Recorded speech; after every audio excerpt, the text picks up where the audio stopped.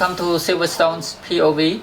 Today in this video, I would like to show you step by step how I remove and replace the upper and lower ball joint on this 2008 Dodge Ram 2500.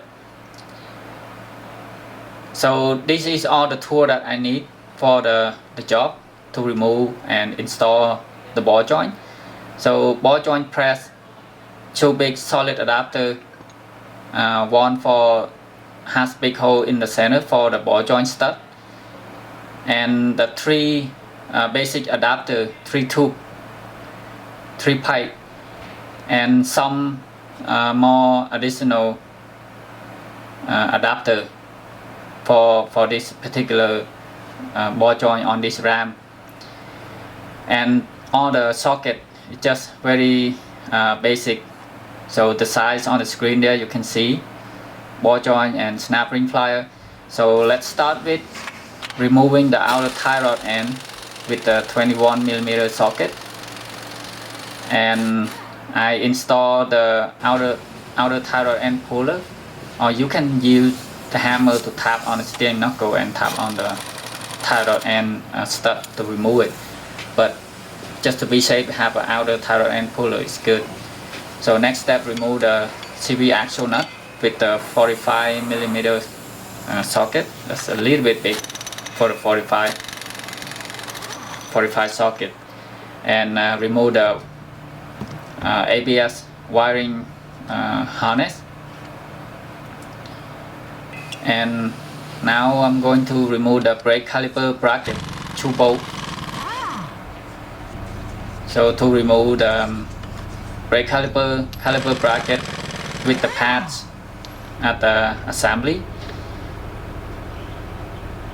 and hang secure the caliper to the side, to the frame, and pulling the brake rotor out. Next step, remove the 2 bolt from the rear and 2 bolt in the front, main 4 bolt to hold the bearing in place to the steering knuckle. So after the 4 bolt out, spray some W40 to help the bearing easy to come out, and just tap very lightly and it should come out very easy. Or if you can use hub puller. And now next step, just pry very lightly to remove the axle shaft out, because it doesn't have a C-clip inside the differential. Yeah, just try to pull it straight out, it should come out very easy. And now remove the cotter pin from the lower ball joint nut and the upper ball joint nut. So cotter pin is out, and I can use a flex socket 22mm to take the upper nut out, and 27 for the lower ball joint nut. And I install the nut back a few turns, and I tap on the steering knuckle on both sides to break it loose from the upper ball joint stud. And now just tap the bottom from the ball joint stud, so it should drop off.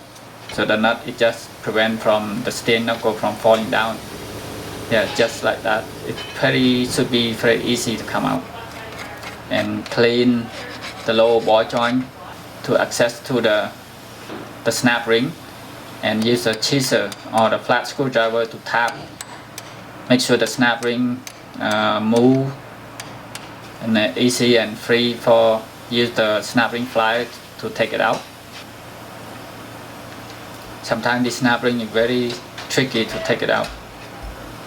So I can use the small flat screwdriver to take it out.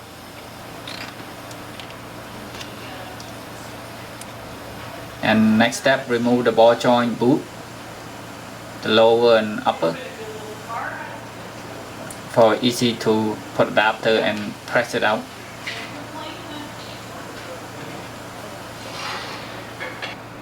And I press out the ball joint, the upper ball joint first.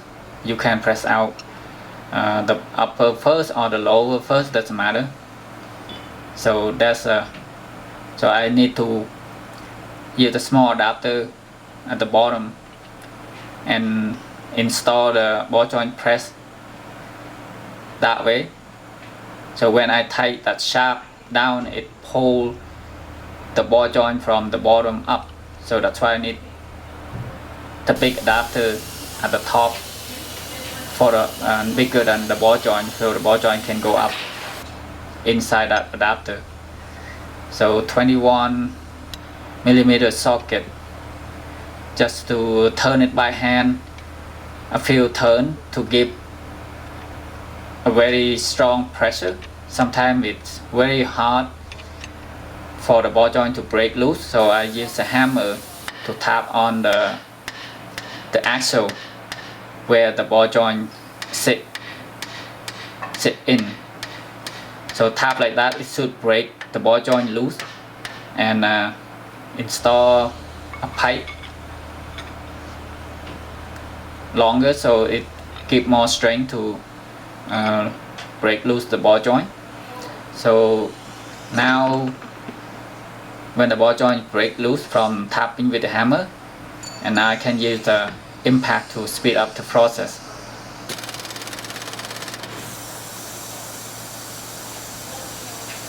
And sometimes in the impact it's still very hard to press the ball joint out.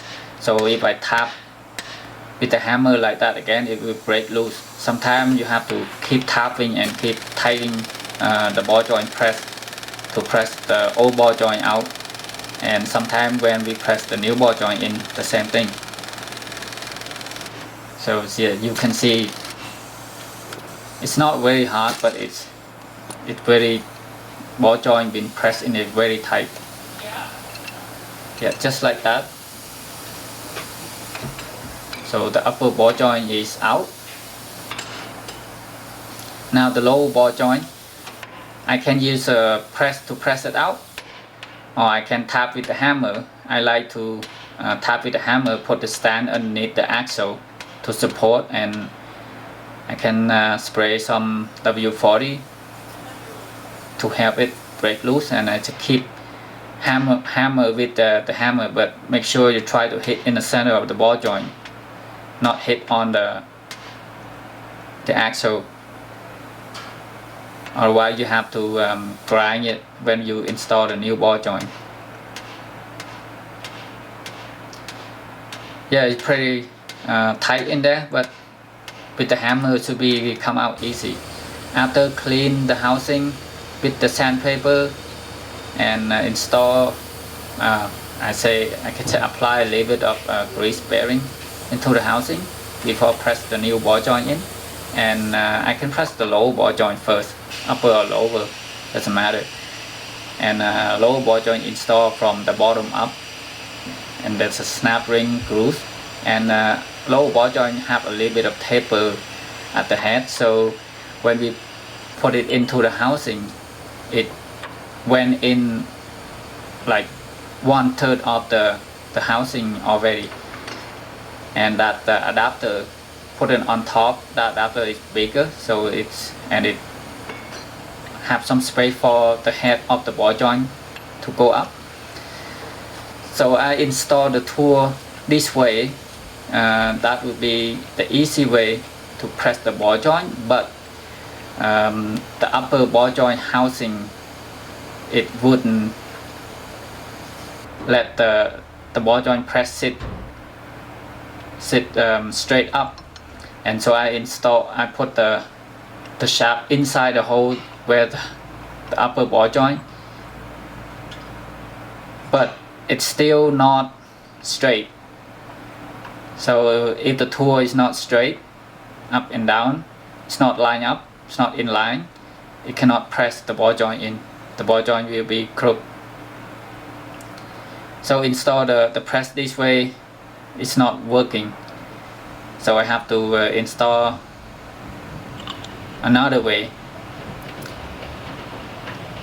Pull the ball joint up, it cannot, so now I have to push the ball joint from the bottom up. So that's how I install, put the short adapter at the top, and the ball joint press shaft at the bottom, and install some more small extension under that long extension. So make sure the ball joint stud is sit inside that adapter, not hitting the ball joint press shaft, not hitting the ball joint stud. So just hitting on the tool. So I can use the breaker bar, try to tie it a few turns. Make sure the ball joint go in and straight, so it's not crooked. So when it in a little bit and check it straight, so now I can use the impact to speed up the process. And sometimes it went in halfway, it stopped, so I have to hit with the hammer to break it in too. So hit with the hammer and use the impact again. Sometimes impact is not powerful enough, so I can use the big long breaker bar to tie it in. But this one is good, so now the ball joint is up all the way. Yeah. And now install the snap ring at the top right after the ball joint is in place, so we don't forget. Yeah, let's make sure the snap ring spin after it sit in the groove. If it properly sit in the groove, it spin by pushing.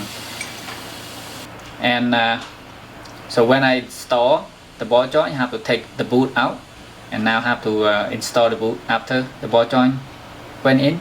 And you see the boot have a cut a little bit for the grease to come out or to leak out. If we put too much grease in there, make sure that cut it facing inward into the vehicle, not facing out to the brake rotor, because when the grease it overfill, grease might spray onto the brake rotor. So install the boot halfway in first, and the other half you try to press it in, just focus on half. So now it's in, it should be easy to pop in, and just make sure tap lightly to the adapter and to the boot, make sure it sit properly. And that's the adapter for the upper ball joint. So that adapter is put on top of the upper ball joint. So upper ball joint is installed from the top down. So instead of pushing on top of the ball joint, because the upper ball joint head is not strong enough, so we have to put the tool on top, and the two adapter at the bottom. The one adapter that has a hole in the center for the ball joint stud to going down. So install by hand and tight by hand. Make sure it's straight. And the same, you can use we can tie it by hand first, a few turns. Just make sure the ball joint is go in properly and straight in the housing, and spray a little bit of W40. So now we can use the impact to speed it up, or you just can use the breaker bar to turn it if you feel strong. So just make sure the ball joint stud not hitting the tool. Make sure it's in the center and going down. So when it almost down all the way, it's very hard, so I have to tap with the hammer again and keep pressing down from the top, and it should be in all the way. Yeah, so now the upper ball joint is in the housing.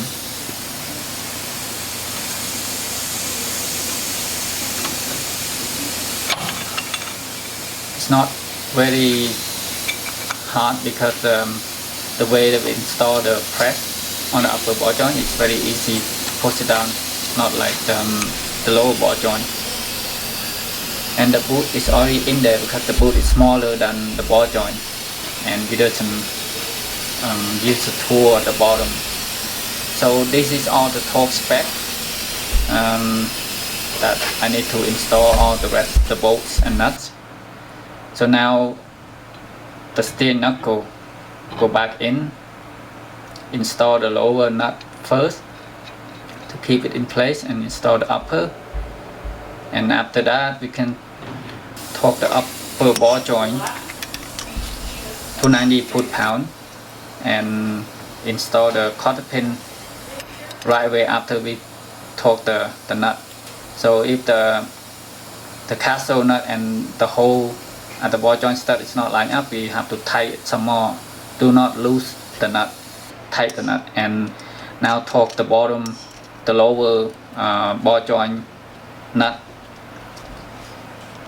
to 148 foot-pound or 150, and install the cotter pin after the nut.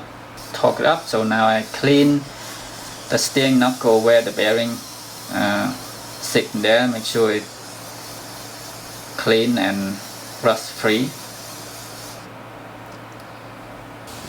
But I have to install the axle shaft first, and make sure to check that axle shaft U-joint, make sure it spin, make sure it's still good, it's not seized up. So to keep pushing in, and there should be in. And let's spray a little bit WD-40 on the shaft on the spline before I put the bearing in.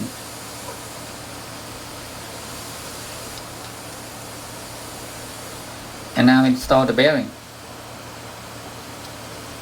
the hub assembly.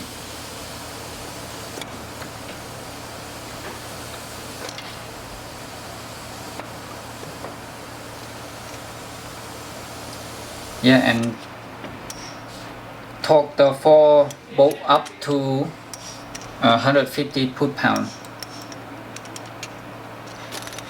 And now torque the axle shaft nut. Just tie it with the socket, and now torque it up to 250 foot-pound. In the spec it's 263, but the torque rate I have maximum 250, so 250 with the cotter pin in there should be good. And now install the brake caliper assembly with the bracket and pads. Make sure the pad is still in the housing, and torque it up to 150 foot-pound. And now install the outer tie rod end nut. Use the bar to lift, apply the pressure, and tighten the nut and torque it up to 90 foot-pound. And the final is double check everything, make sure all the nuts and bolts have been tight, and torque it up to spec. Cotter pin in upper and lower ball joint and the axle nut. Yeah, so on the passenger side, the same procedure and the same process as the driver side. So that's it for this video. Hope this video helped you guys, and if you like the video, please like and subscribe to the channel for more video like this. Thank you guys so much for watching, and have a great day. Good luck.